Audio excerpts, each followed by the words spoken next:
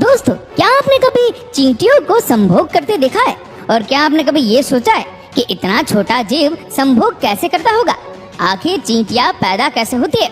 और ये बात आप नहीं जानते होंगे कि अगर चींटी ने आपके प्राइवेट पार्ट पर काट लिया तो आपकी जान भी जा सकती है। और ये कैसे पता लगाए कि कौन सी चींटी नर है और कौन सी मादा? और आज आप ये भी जानने वाले हैं कि चींटियां एक कतार में ही क्यों चलती है।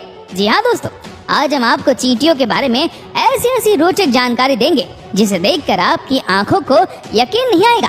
तो दोस्तों, वीडियो को अंत तक जरूर देखें। दोस्तों, चींटी दुनिया की सबसे छोटी प्रजातियों में से एक है। ये ऐसे जीव है जो अगर ऊंचाई से नीचे गिर जाए तो भी ये वापस ऊपर चढ़ना नहीं भूलते। आपको बता दें कि संसार में चींटियों की लगभग 15,000 से भी ज्यादा प्रजातियां पाई जाती हैं। लेकिन क्या आपको पता है इन चींटियों का जन्म कैसे होता है? दोस्तों, इस प्रक्रिया में सबसे पहले नर और मादा का मिलन होता है, जैसा कि आप देख सकते हैं। और इनका यह मिलन लगभग 10 मिनट तक चलता है। और जैसे इनके मिलन की प्रक्रिया समाप्त हो जाती है, उसे कुछ दिनों बाद ही मादा चींटी अंडे देने की अवस्था में आ जाती है, जिसके लिए इसे एक कॉलोनी की जरूरत होती है। और फिर ये कॉलोनी की तलाश में निकल जाती है। और जैसे ही मादा को चींटियों की कॉलोनी मिल जाती है, उसके बाद ये अंडे देने के लिए एक सुरक्षित जगह की खोज करती है। और जैसे ही इसे सुरक्षित जगह मिल जाती है, उसके बाद ये अंडे देना शुरू करती है। जैसा कि आप देख सकते हैं कि कितने शानदार तरीके से ये मादा अंडे दे रही है। अगर बात करें इनके अंडों की, तो ये छोटे, पारदर्शी और सफेद होते हैं और ये साइज में 1 mm तक होते हैं। आपको ये जानकर हैरानी होगी कि ये चींटियां लगभग 1 लाख से 3 लाख तक अंडे दे सकती है।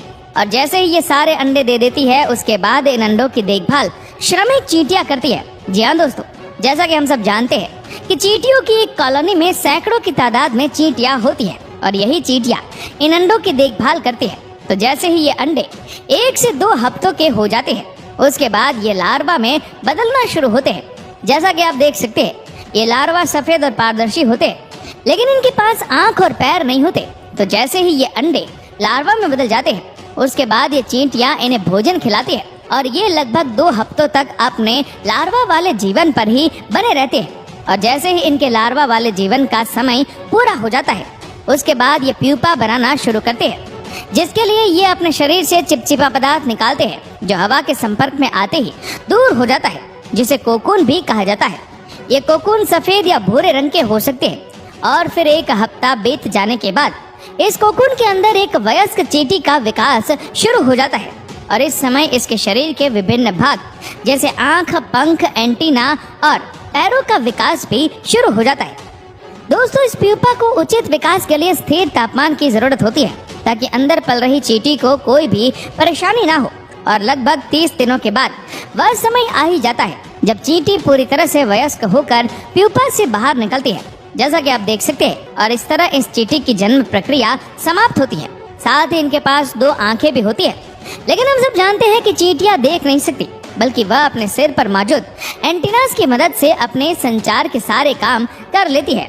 साथ ही इन चींटियों के पास 6 पैर होते हैं, जो पूरी तरह से विकसित हो चुके होते हैं। और एक चीज जो इन्हें सबसे घातक बनाती है, और वह है इनके शक्तिशाली जबड़े, जो किसी को भी चोट पहुंचाने के लिए काफी है।